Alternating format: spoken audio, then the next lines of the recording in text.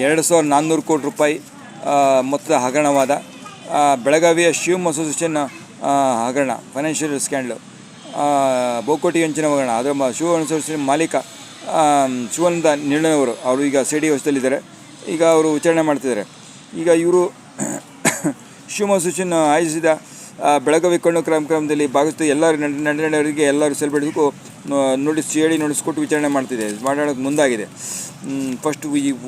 ಮೊದಲು ಯಾರು ಇದ್ದಾರಪ್ಪ ಅಂದರೆ ಹೇಳ್ಬಾರ್ದು, ಸನ್ನಿ ಲಿಯೋನ್ ಇದ್ದಾರೆ, ಪ್ರಖ್ಯಾತ ಅವರು ಫಿಲ್ಮ್ ಆ್ಯಕ್ಟ್ರೆಸ್.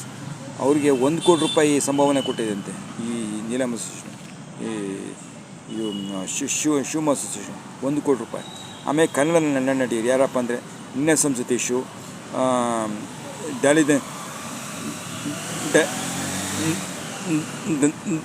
ಧನಂಜಯ್, ಆಮೇಲೆ ರಾಜೇಶ್ ಕೃಷ್ಣ, ಇನ್ನೆಲ್ಲ ಗಾಯಕ, film hero Diganth, film heroine Ragini Dwivedi, ಐಂದಿತಾರೆ, ಈ ಸುತ್ತಮಿಗೌಡ, ಇವರೆಲ್ಲ ಭಾಗವಹಿಸಿದ್ರು.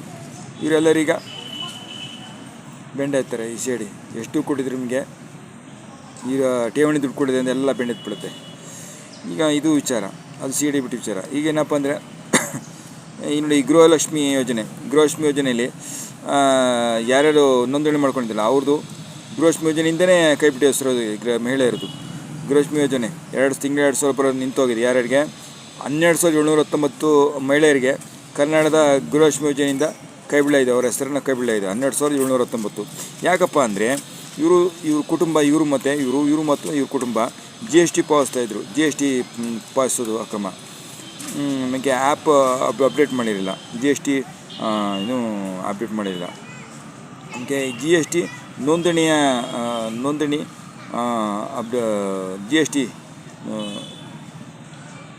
ಅಪ್ಡೇಟ್ ಮಾಡಿದ್ದಾರೆ. ಅದೊಂದು GST ರಿಟರ್ನ್ಸ್ ಹೆಸರಿಗೂ ಇದು ಹೋಗಿದೆ, ಗೃಹಲಕ್ಷ್ಮಿ ಯೋಜನೆ ಕೈ ಬಿಟ್ಟು ಹೋಗಿದೆ.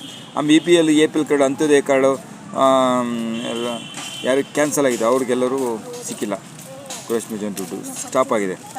KYC ಪೂರ್ಣಗೊಳಿಸ್ತಾ ಇರೋದು, ಅರ್ಧಂಬರ್ಧ ಮಾಡಿದ್ದಾರೆ.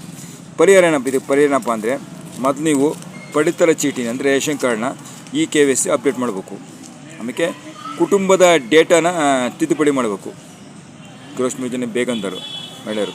ಆಮೇಲೆ ತಾಲೂಕು ಮತ್ತು ಗ್ರಾಮವನ್ನು ಹೋಗ್ಬಿಟ್ಟು ಸಲ್ಲಿಸ್ಬೇಕು, ಹೊಸದಾಗಿ ಗೃಹಲಕ್ಷ್ಮಿ ಯೋಜನೆ ಅಪ್ಡೇಟ್ ಮಾಡಬೇಕು. ಮತ್ತು ಬೆಂಗಳೂರನ್ನು ಗ್ರಾಮವನ್ನು ತಾಲೂಕು ಆಫೀಸಿಗೆ ಹೋಗ್ಬಿಟ್ಟು ನಿಮ್ಮ ಗೃಹಲಕ್ಷ್ಮಿ ಯೋಜನೆಗೆ ಮತ್ತೆ ಒಂದು ಸಲ ಅಪ್ಡೇಟ್ ಮಾಡಬೇಕು.